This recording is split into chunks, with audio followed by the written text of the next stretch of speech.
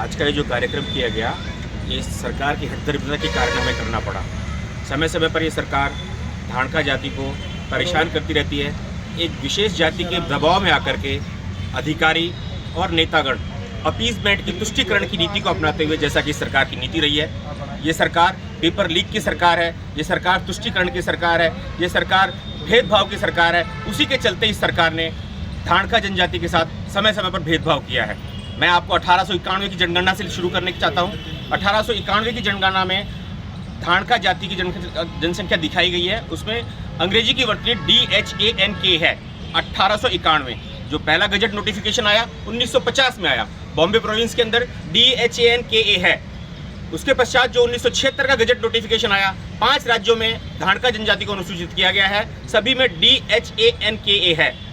अब 1979 के अंदर जो हिंदी का इसका रूपांतरण आया, जो हिंदी संस्करण आया, उसके अंदर चारों पांचों राज्यों के अंदर अलग अलग वर्तनी दिखाई गई है। अगर आप आर्टिकल 348 की बात करें तो उसमें कहा गया है कि जब भी किसी क्षेत्रीय भाषा में या अंग्रेजी भाषा में विवाद उत्पन्न होता है तो अंग्रेजी भाषा को प्राथमिकता दी जाएगी।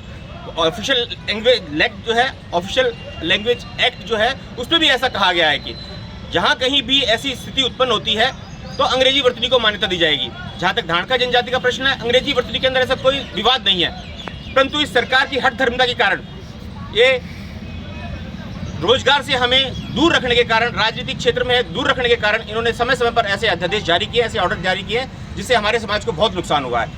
यदि इस धरना प्रदर्शन के बाद में, यदि इस ज्ञापन के बाद में सरकार ने इसका संज्ञान नहीं लिया तो हमें मजबूरन सड़कों पर उतरना पड़ेगा। किन किन मांगों को लेकर आज आप यहाँ पर धरने पर बैठे हो? हमारी मुख्य 3 मांगें हैं। पहली मांग है कि धाड़का और दानका दोनों एक जनजाति है, इनका आरक्षण बहाल किया जाए। दूसरी जो मांग है वो हमारी 9/8/2019 की चिट्ठी है, जो अखिल अरोड़ा जी ने निकाली है, वो असंवैधानिक चिट्ठी है, उसको तुरंत प्रभाव से वापस लें। तीसरा, हमारा जो जनजाति का आरक्षण इन्होंने बिना वजह पहले भी परेशान किया, रोक रखा है, उसको भी तुरंत प्रभाव से बहाल करें। तो इससे पहले भी आप लोगों ने किसी को ज्ञापन दिया है आपके मामले को हमने लेकर? करीब सभी अधिकारियों को, राजस्थान सरकार के किसी अधिकारी को नहीं छोड़ा हुआ है ज्ञापन देने के चक्कर में।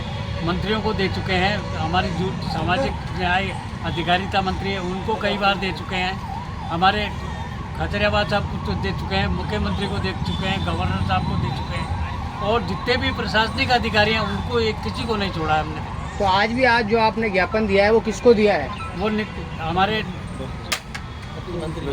ललित कुमार जी हैं, स्पेशल सेक्रेटरी, उनको दे के आए हैं, और उन्होंने खुले शब्दों में ये बोला कि मैं कुछ नहीं कर सकता। तो जब अधिकारी आए भाई यही बात बोलता है तो हम इस प्रशासन में करने वाला अधिकारी कौन है? उससे भी मिलने के हमें कम से कम मौका तो दें। हम कई बार प्रयास कर चुके हैं सीएम साहब से मिलने के लिए, लेकिन हमें मौका बात करने का दिया ही नहीं जाता है। इससे पहले आपने कब सीएम साहब से मिलने का, आपने जो बता रहे हो, कब मिलने के आप गए थे उनसे? हम उनसे मिलने, जब उनको कोरोना हुआ था तभी मिलने गए थे, उनका जन सुनवाई हुई उसमें भी गए थे। फिर हमारे गंगानगर से एक सांसद आए थे, उन्होंने इनसे अपॉइंटमेंट ली, उसके बाद भी इन्होंने हमसे मिलने को मना कर दिया। आपका नाम? मेरा नाम रामनारायण दानका है और मैं जनजाति संघर्ष समिति का अध्यक्ष हूँ। जी, यहाँ पर जो आज आप लोग इकट्ठे हुए हैं, कहाँ से लोग आए हुए हैं आज यहाँ पर?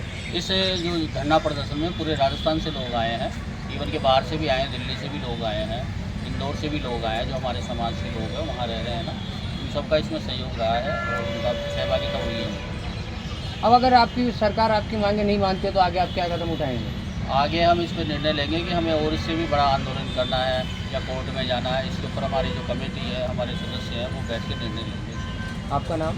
मेरा नाम जगदीश नारायण दानका, मैं महासचिव राजस्थान जनजाति संघर्ष समिति।